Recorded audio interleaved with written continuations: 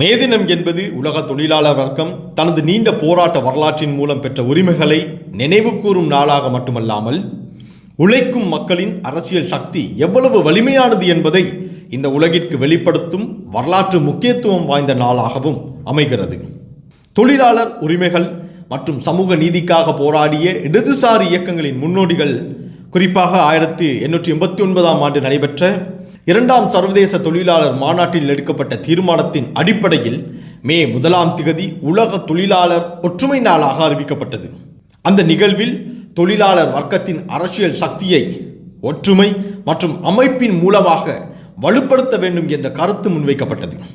அந்த சிந்தனையில் அடிப்படையில் உருவான தொழிலாளர் இயக்கங்கள் இன்று வரை உலகளாவிய அரசியல் மற்றும் சமூக மாற்றங்களுக்கு அடித்தளமாக இருந்து வருகின்றன. தொழிலாளர்கள் இன்று அனுபவிக்கும் 8 மணி நேர வேலை நேரம், நியாயமான சம்பளம், வேலை பாதுகாப்பு, ஓய்வு உரிமை மற்றும் சமூக பாதுகாப்பு ஆகிய அனைத்தும் அத்தனை எளிதில் கிடைத்தவை அல்ல. 19ஆம் நூற்றாண்டில் தொழிலாளர்கள் தினமும் 12 முதல் 16 மணி நேரம் வரை கடுமையான சூழலில் பணியாற்ற வேண்டியிருந்தது. குறைந்த ஊதியம், பாதுகாப்பற்ற தொழிற்சாலை சூழல் மற்றும் குழந்தை தொழிலாளர் பயன்பாடு போன்ற கொடுமைகள் பரவலாக இருந்தன. இந்நிலைக்கு எதிராக 1886ஆம் ஆண்டு அமெரிக்காவின் சிகாகோ நகரத்தில் தொடங்கிய தொழிலாளர் போராட்டங்கள் உலக வரலாற்றை மாற்றியமைத்தன. ஏமார்க்கெட் சம்பவத்தில் பல தொழிலாளர்கள் அதிகார வர்க்கத்தினரால் படுகொலை செய்யப்பட்டதோடு பலர் கைது செய்யப்பட்டு சிறையில் அடைக்கப்பட்டனர். இந்த தியாகமே உலக தொழிலாளர் உரிமைகளுக்கான அடித்தளமாக அமைந்தது. 1889ஆம் ஆண்டு சர்வதேச தொழிலாளர் இயக்கங்கள் மே 1 தொழிலாளர் ஒற்றுமை நாளாக அறிவித்தன. அதன் பின்னர் மே தினம் உலகம் முழுவதும் தொழிலாளர் உரிமை, ஒற்றுமை மற்றும் அரசியல் சக்தியை வெளிப்படுத்தும் முக்கிய நாளாக மாறியது. இலங்கையில் கடந்த கால அரசாங்கங்கள் தொழிலாளர் வர்க்கத்தின் உரிமைகளை முழுமையாக உறுதி செய்ய தவறின. உழைக்கும் வர்க்கத்தின் மே தினம் கூட பல நேரங்களில் உண்மையான உரிமை போராட்ட நாளாக அல்லாமல் பிரபுத்துவ அரசியல்வாதிகளின் தனிப்பட்ட சக்தியை காட்டும் தினமாக மாற்றப்பட்டிருந்தது. தேர்தல் பிரச்சார மேடைகளுக்கு அப்பால் தொழிலாளர்களுக்கு பொய் வாக்குறுதிகளை அள்ளி எறியும் தினமாக மே தினம் இதுவரையில் இருந்து வந்தது. தொழிலாளர்களின் செங்கொடியின் உண்மையான அர்த்தம் மறைக்கப்பட்டு அது தேர்தல் அரசியலுக்காகவும் முதலாளித்துவ அரசியலின் அதிகாரத்தை தக்கவைக்கவும் பயன்படுத்தப்பட்டது. இந்த நிலையில் தேசிய மக்கள் சக்தி அரசாங்கம் பதவியேற்ற பின்னர் தொழிலாளர் வர்க்கத்தின் வாழ்க்கை தரத்தை உயர்த்தும் நோக்கில் பல முக்கிய நடவடிக்கைகள் மேற்கொள்ளப்பட்டுள்ளன. அரச ஊழியர்களின் நீண்டகால சம்பள பிரச்சனைகள் தீர்க்கப்பட்டு ஆசிரியர்கள் மற்றும் அதிபர்களின் சம்பளத்தில் சுமார் 50% வரை உயர்வு வழங்கப்பட்டுள்ளது. இது தொழிலாளர் வரலாற்றில் குறிப்பிடத்தக்க முன்னேற்றமாக பார்க்கப்படுகிறது. தனியார் துறையில் குறைந்தபட்ச சம்பளத்தை உயர்த்தும் நடவடிக்கைகள் மேற்கொள்ளப்பட்டுள்ளன. முன்னர் 17,500 ரூபாவாக இருந்த அடிப்படை சம்பளம் படிப்படியாக 27,000 ரூபாவாகவும் பின்னர் 30,000 ரூபாவாகவும் உயர்த்தப்பட்டுள்ளது. இது தொழிலாளர் வாழ்க்கை தரத்தை மேம்படுத்தும் நேரடி பொருளாதார மாற்றமாகும். தோட்ட தொழிலாளர் துறையில் நீண்ட காலமாக நிலவிய குறைந்தபட்ச ஊதிய நிலை மாற்றப்பட்டு நாள் சம்பளம் 1,550 ரூபாவாக உயர்த்தப்பட்டுள்ளதோடு அதனுடன் கூடுதலாக 200 ரூபாய் தினக்கொடுப்பனவும் வழங்கப்பட்டிருக்கிறது. இது மலையக தொழிலாளர் சமூகத்தின் பொருளாதார தேவையை ஓரளவு பூர்த்தி செய்யும் முக்கிய நடவடிக்கையாகும். மீனவர் சமூகத்தின் வாழ்வாதார பாதுகாப்புக்காக எரிபொருள் நிவாரணம் வழங்கப்பட்டு வருகிறது. சிறிய மற்றும் நடுத்தர மீன்பிடி படகுகளுக்கு மாதந்தோறும் 31,250 ரூபாய் வழங்கப்படுவதோடு நீண்டகால கடல் பயண படகுகளுக்கு 1,50,000 ரூபாய் நிவாரணம் வழங்கப்படுகிறது. இந்த தொகைகள் நேரடியாக வங்கி கணக்கில் செலுத்தப்படுவதால் இடைநிலை ஊழல் குறைக்கப்படுகிறது. விவசாயத்துறையில் உற்பத்தி செலவை குறைக்கும் நோக்கில் உர மானியங்கள் அதிகரிக்கப்பட்டுள்ளன. நெல் விவசாயத்திற்கு 25 ரூபாவிலிருந்து 30,000 ரூபாவாகவும் பிற பயிர்களுக்கு 15,000 ரூபாவிலிருந்து 18,000 ரூபாவாகவும் உயர்த்தப்பட்டுள்ளது. உர விநியோகம் கட்டுப்படுத்தப்பட்ட விலையில் வழங்கப்படுவதால் விவசாயிகளின் பொருளாதார சுமை குறைக்கப்பட்டுள்ளது. மேலும் பிரஜாசக்தி மற்றும் அஸ்வசும போன்ற சமூக பாதுகாப்பு திட்டங்கள் மூலம் வறுமை ஒழிப்பு நடவடிக்கைகள் முன்னெடுக்கப்பட்டுள்ளன. அரசு நிறுவனங்களை மறுசீரமைத்து லாபமடைய செய்ததும் பொருளாதார ஸ்திரத்தன்மைக்கு முக்கிய காரணமாக அமைந்துள்ளது. கடந்த கால அரசியல் கட்சிகள் தொழிலாளர் வர்க்கத்தை உண்மையான சக்தியாக அல்லாமல் தேர்தல் கருவியாக மட்டுமே பயன்படுத்தின. மே தினம் போன்ற முக்கிய நாளை அவர்கள் தமது அரசியல் பிரச்சார மேடையாக மாற்றினர். தொழிலாளர் உரிமைகளை மேம்படுத்துவதற்கு பதிலாக கட்சி அரசியலையே முன்னிலைப்படுத்தினர். அரசு நிறுவனங்கள் நட்டத்தில் இயங்குவதற்கான சூழ்நிலையை உருவாக்கி பின்னர் அவற்றை தனியார்மயப்படுத்தும் முயற்சிகள் மேற்கொள்ளப்பட்டன. இதனால் தொழிலாளர் நலன்கள் பலவீனமடைந்தன. ஆனால் இன்றைய அரசியல் மாற்றம் அந்த பழைய அமைப்பை முறியடித்து தொழிலாளர் வர்க்கத்தை மையமாக கொண்ட புதிய அரசியல் கலாச்சாரத்தை உருவாக்கியுள்ளது. தேசிய மக்கள் சக்தி அரசாங்கம் மக்களின் செல்வாக்கின் மூலமாக பலமடைந்து வருகிறது.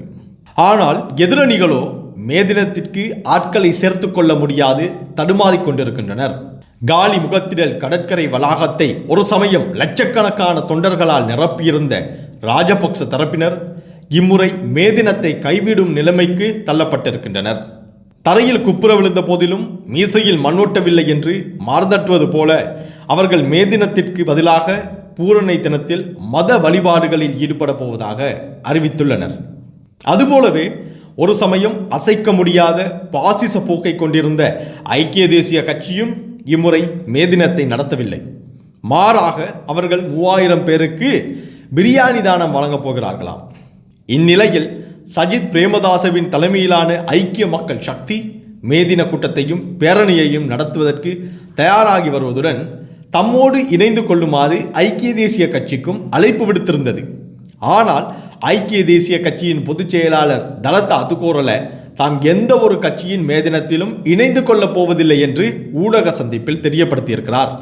அதேவேளை காலங்காலமாக மலையகத்தில் தோட்ட தொழிலாளர்களை இணைத்து மாபெரும் மேதின கூட்டங்களை நடாத்தி வந்த தொண்டமான்களின் கட்சியான இலங்கை தொழிலாளர் காங்கிரஸ் இம்முறை மேதின பேரணியையும் கூட்டத்தையும் ரத்து செய்திருக்கிறது. தோட்ட வாரியாக அவர்கள் சிறு நிகழ்வுகளை ஏற்பாடு செய்துள்ளதாக அறிய முடிகிறது.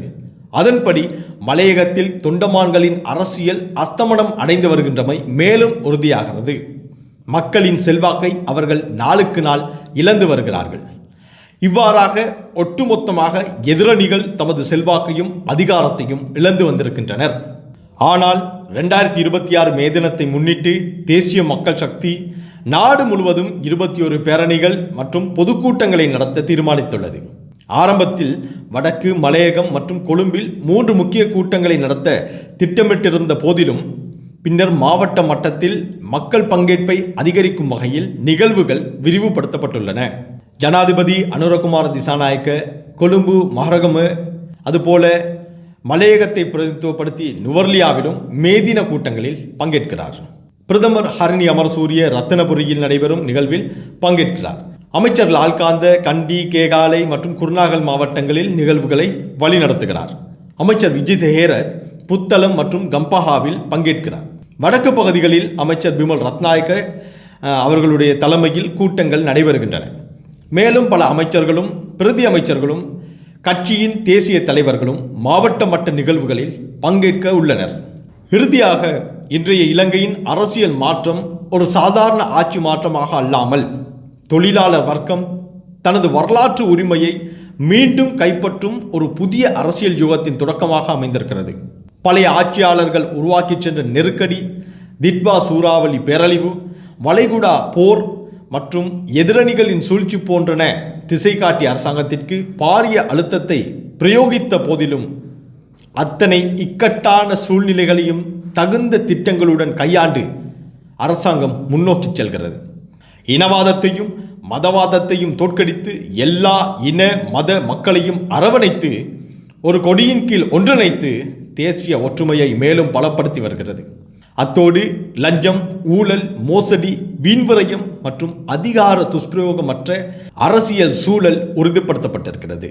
இந்நாட்டை பொருளாதார ரீதியாக கட்டியெழுப்பும் நடவடிக்கை, சட்டவிரோத குற்ற கும்பல்களை ஒழித்து கட்டும் நடவடிக்கை என்பன முடுக்கிவிடப்பட்டுள்ளன. இவ்வாறான வெற்றிகளை பதிவு செய்த வண்ணமே இம்முறை பிரம்மாண்டமான மேதின நிகழ்வுகளையும் 21 மாவட்டங்களில் நாடு தழுவிய ரீதியில் தேசிய மக்கள் சக்தி ஏற்பாடு செய்திருக்கிறது. மே தினம் இனி வெறும் நினைவு நாளாக அல்லாமல் உழைக்கும் மக்களின் அரசியல் அதிகாரத்தை நிலைநிறுத்தும் மகத்தான நாளாக மாறப்போகிறது. பழைய அரசியல் சக்திகள் தங்களது அடித்தளத்தை இழந்து வரும் நிலையில் மக்கள் சார்ந்த புதிய அரசியல் அமைப்பு உறுதியுடன் முன்னேற்றம் கண்டு வருகிறது. இந்த மாற்றம் தற்காலிகமானது அல்ல. இது இலங்கையின் அரசியல் வரலாற்றில் ஒரு நிலையான திருப்பமாக உருவெடுத்து வருகிறது. நன்றி.